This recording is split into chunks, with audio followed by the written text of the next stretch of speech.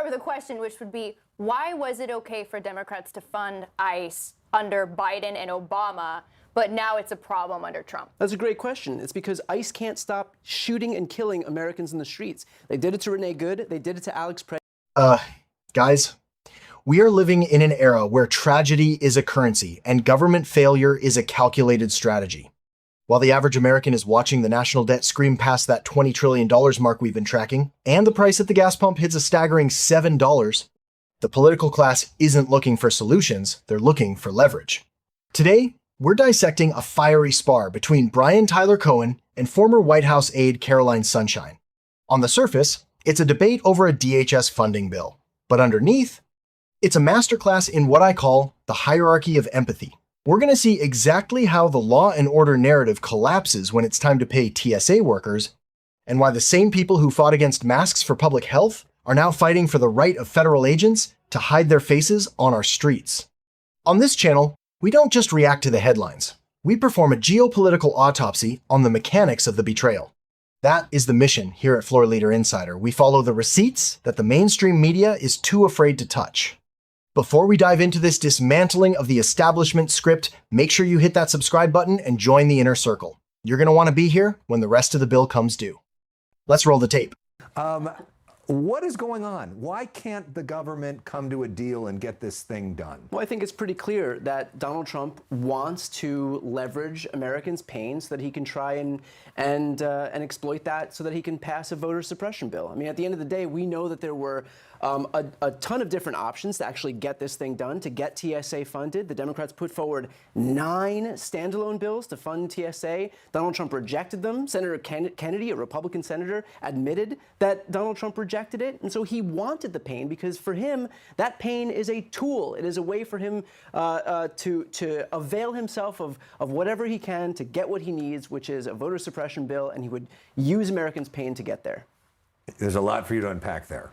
Well, I'll just start with a question, which would be, why was it okay for Democrats to fund ICE under Biden and Obama, but now it's a problem under Trump? That's a great question. It's because ICE can't stop shooting and killing Americans in the streets. They did it to Renee Good. They did it to Alex Preddy. And so Democrats wanted stopped after that. Well, they stopped. Thank God they stopped after that. I mean, but I think 2 is probably enough. Yeah. And so Democrats were asking for some very common sense conditions to be met, which include no masks. Pretty reasonable. No masks from the party who wanted to tell everybody for years in this country they had to do nothing but wear masks during COVID, to be clear. This is law and enforcement. Why are they having to wear masks? Why are they having to wear masks right now? Because they don't want to be identified for doxed, because they don't want to be doxed by Democrat lawmakers. There is no other law enforcement agent. ICE, they can't carry out their mission. There is no other law enforcement agent. These are real people who are worried about going home to their families, and they're doing a job which is to enforce the laws of our country that are on the books. Well, if they were doing those laws properly, the way any other law enforcement agency has for the last 250 years,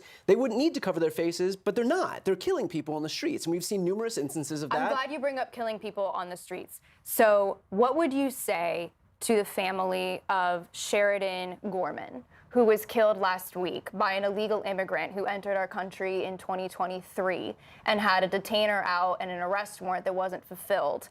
What would you say to her family as to why it's okay to not fund ICE, whose job it would be to make sure that, 1, he was never here, and 2, that we've gotten rid of him? What would you say to her family? Look, I'm sad for anybody who passes away or who is tragically killed.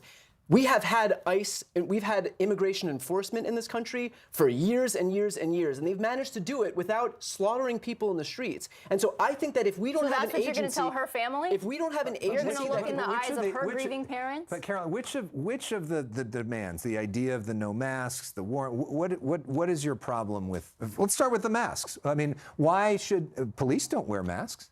Well, the problem is that, again, this is why I asked you originally, why was it okay under Obama, why was it okay under Biden to carry out these deportations with zero fanfare? And now what has happened is it not more, but it's not more aggressive in the streets, especially, and maybe it'll change now with Markwayne Mullin and no Chad Bavino, but there was an aggressive, in-your-face push in cities like Los Angeles and Minneapolis that we did not see quite the visible, in-your-face push under the Biden administration. You'll admit that, right? Why did we have to be so aggressive? And part of it is because when you look at the deaths of Alex Preddy and Renee Good, what makes me so sad is the rhetoric from Democrats turned these people into non-law abiding citizens who weren't protesting. They were obstructing are you ICE saying that operations. Alex Preddy was not a law-abiding citizen? No, absolutely not. He was holding his phone. And he also kicked a federal vehicle in the back, which is damaging federal property. 11 days earlier. Damaging federal property. That's a felony. That's a license felony. to You kill asked me if it somebody. was criminal behavior. That's not That's a license to felony. kill Somebody should not be killed for that, right? But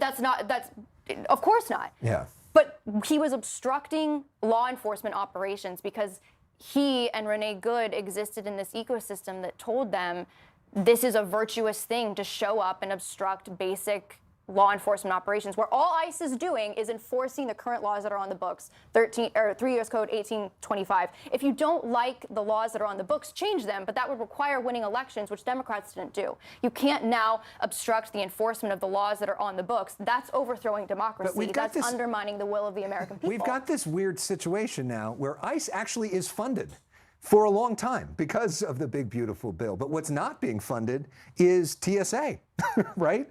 And the Coast Guard and other parts of Homeland Security. It's all by design. Again, the Democrats were putting forward these bills. It was Trump himself unilaterally who decided that he didn't want this stuff funded because he wanted to exploit the pain that Americans were feeling at the airports. And so he told them, no, because we're not going to do anything until we can get the Save America Act passed. And if that means that we don't fund TSA, then let's not fund TSA. So can you at least admit that we had a solution here right in front of us, that the Democrats and Republicans both conceded that there was a solution, and that Donald Trump unilaterally wanted to leverage that pain to get what he wanted politically? Well, let me just on TSA really quick. I'm okay with some of the TSA agents walking off a job because every time I'm at an airport, I usually see like 7 TSA agents standing around and one of them doing the job. So I'm actually okay with that. But on the fact of leveraging pain, let's talk about the pain again of Sheridan Gorman, who just last week in our country, I just want everybody to picture this. She is an 18-year-old woman who is out watching the Northern Lights with her friends, taking selfies, thinking about what she's going to post on social media, and instantly a bullet rings out, hits her head. She's killed instantly by an illegal immigrant who should have never been here in the first place. Again, came in 2023. ICE's whole job is to get people like that out of our country. It is not morally defensible to defend a nation that allows criminals like that to stay in our country. But ICE is funded. That's not morally. But ICE is funded. ICE is not funded. If ICE is funded through the One Big Beautiful Bill. Well, it needs to be funded beyond that, which is but how does that answer the example you just gave? Which is Democrats wanting to circumvent the fact Donald that Trump, they didn't win an election and they couldn't change the law. Donald Trump is the president. It's his DHS. It's his ICE. Republicans have full control of government, House, Senate, White House. So why are you giving fear porn examples of the failings of this government when your party is in charge? Okay, so but don't you agree that ICE is itself important, and the idea of taking out criminal illegal aliens that have convicted of other crimes is a good thing? I think the idea of immigration enforcement is important. I think that ICE, as it stands right now, is beyond repair. I think that this agency is fundamentally broken. Who's supposed to do the job that she's just talked about?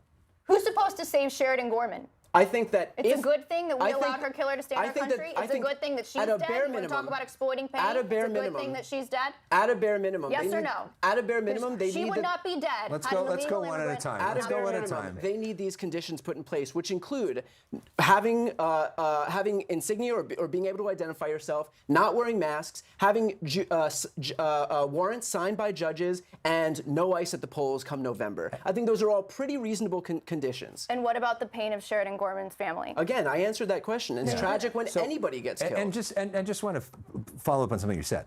I mean, for the TSA agents who are hardworking people who are going without pay now for a month, I mean, how is that okay? Why is that good?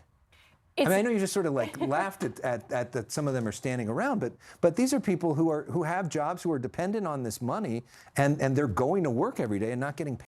What we just saw wasn't a debate. It was a confession.